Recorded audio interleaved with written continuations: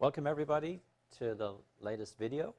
I'm Chef Frank Murphy at North Bend High School, and in this one we're going to talk about mise en place. You know, say what is mise en place? Well, that's getting things in place, starting to cook, and it's very important that we kind of set up in a nice way. Number one, make sure you got plenty of space. If you've got like coffee cups and you got a big bowl of fruit and you kind of cut down in a small area of your kitchen, make some space for yourself. Kind of spread it out a little bit. I have 3 bowls in front of me here, and you're going to see what they do in a second here.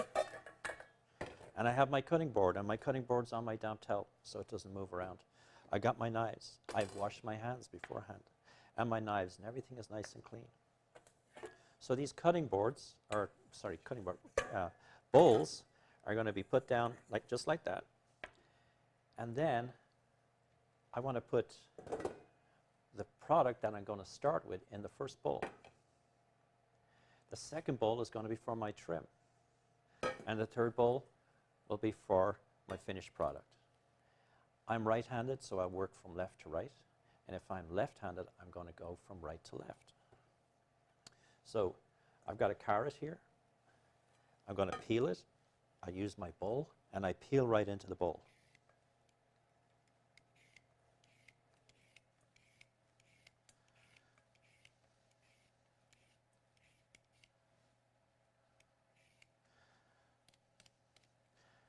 But there's my mess. It's not on my counter or on my board. It's not on, and it's not in the bottom of the sink, and it's not in the garbage. This can go into it, because sometimes I see people who'll peel over the garbage can, and then what happens when you drop your carrot? You're going to reach in and get it. So you always use a bowl. It's peeled, goes into the last bowl, and then I can go down and take another carrot and peel all my carrots. Next thing, I'm going to move these out of the way here so the camera can see. I've got my carrot. How am I going to use the knives? Now, chopping knives have to be, by the way, sharp. If they are not sharp, you're going to have to force it through, and that's kind of a little bit dangerous. So a nice, sharp knife is very, very important. I've got the carrot, and you see when on the TV, chefs all the time using their knives. And sometimes you'll see and you'll hear the making plenty of noise. In fact, a real chef, a good chef, is not going to make any noise with his knife. The knife is going to do the cutting, and if I'm banging on my cutting board, it means I'm damaging my knife. And chefs are supposed to look after their own knives. So I want to use this properly. One little trick I do for my kids when they're in here, I'll show them me cutting, and I'll close my eyes and I'll cut away. And I don't cut my fingers, hopefully.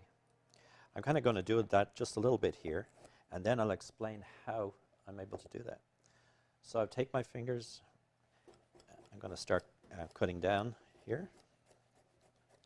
And I can close my eyes, and I can do the whole thing there.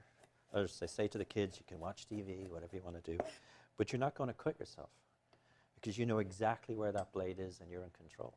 Don't do this at home, by the way. I'm cleaning up as I go.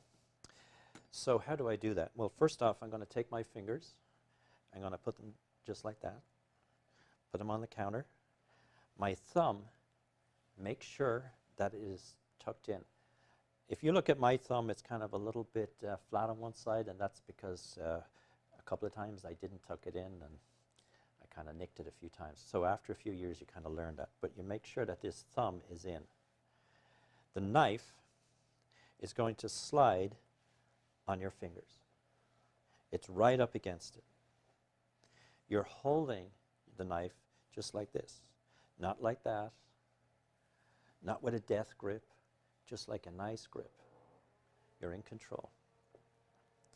So, hands down like this, fingers bent. You can see it there. Thumb in. Knife up against. And this is, remember I was telling you about the big pieces of Lego? This is a big piece of Lego, okay? You practice this until you get that motion. The other thing is, if I push it this way, maybe you can see better. the knife is not going straight up and down. It's actually going a bit like an old train, an old steam engine with the wheels on it. And you do that nice and slowly. You would be surprised how quick you can get in cutting if you do this. But main thing is start off slow and get that action down. Just practice. Again, no noise. Just nice. Should be quiet. When you get to that stage and you're ready, take a little bit of vegetable. Carrots are great for this because you can cut them up small and you can cut up a lot of them. Then maybe turn them into a soup or something. So, fingers. Now, at this stage, I'll tell you, there are a few different ways of doing things. Some chefs like to push the vegetable into the knife with their thumb, just like that. And other people like to move the knife down. You know, it's what you're comfortable with. The main thing is that your fingers here do not leave the side of the knife, and the knife does not get lifted up above your fingers. So, got my piece of carrot, got my knife, got my fingers up against the blade. Hopefully you guys can see that there. And then I just slice down. And I want these slices to all to be the same thickness. And you might say to yourself, well, that doesn't really matter. But if I'm going to cook these, if I'm going to blanch these, if they are not the same thickness, I'm going to have some carrots that are overcooked and some that are undercooked. So whatever it is that you're cutting, that needs to be the same thickness. Another little tip is on the blade where you're using it, you're probably going to use this part, at the back part of the knife when you're doing your cutting. Because if I start using it up on this end, I have to lift that knife higher and higher to clear the piece of carrot. That's a lot more work. You know, I had an old chef many, many years ago say something to me. He said, if I want to find the best way or the quickest way of doing something in the kitchen, to ask the laziest chef, and he will always find the quickest way. Something that I'll never forget him telling me. So, I'm practicing here. I want to get nice slices, all the same thickness. My fingers never leave the side of the blade. My thumb is always tucked in.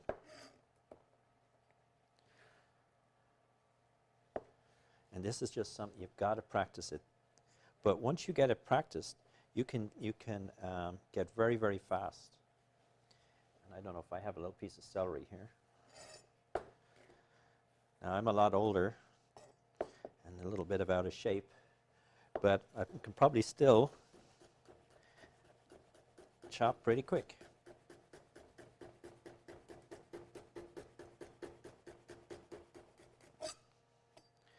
And they are all nice and thin.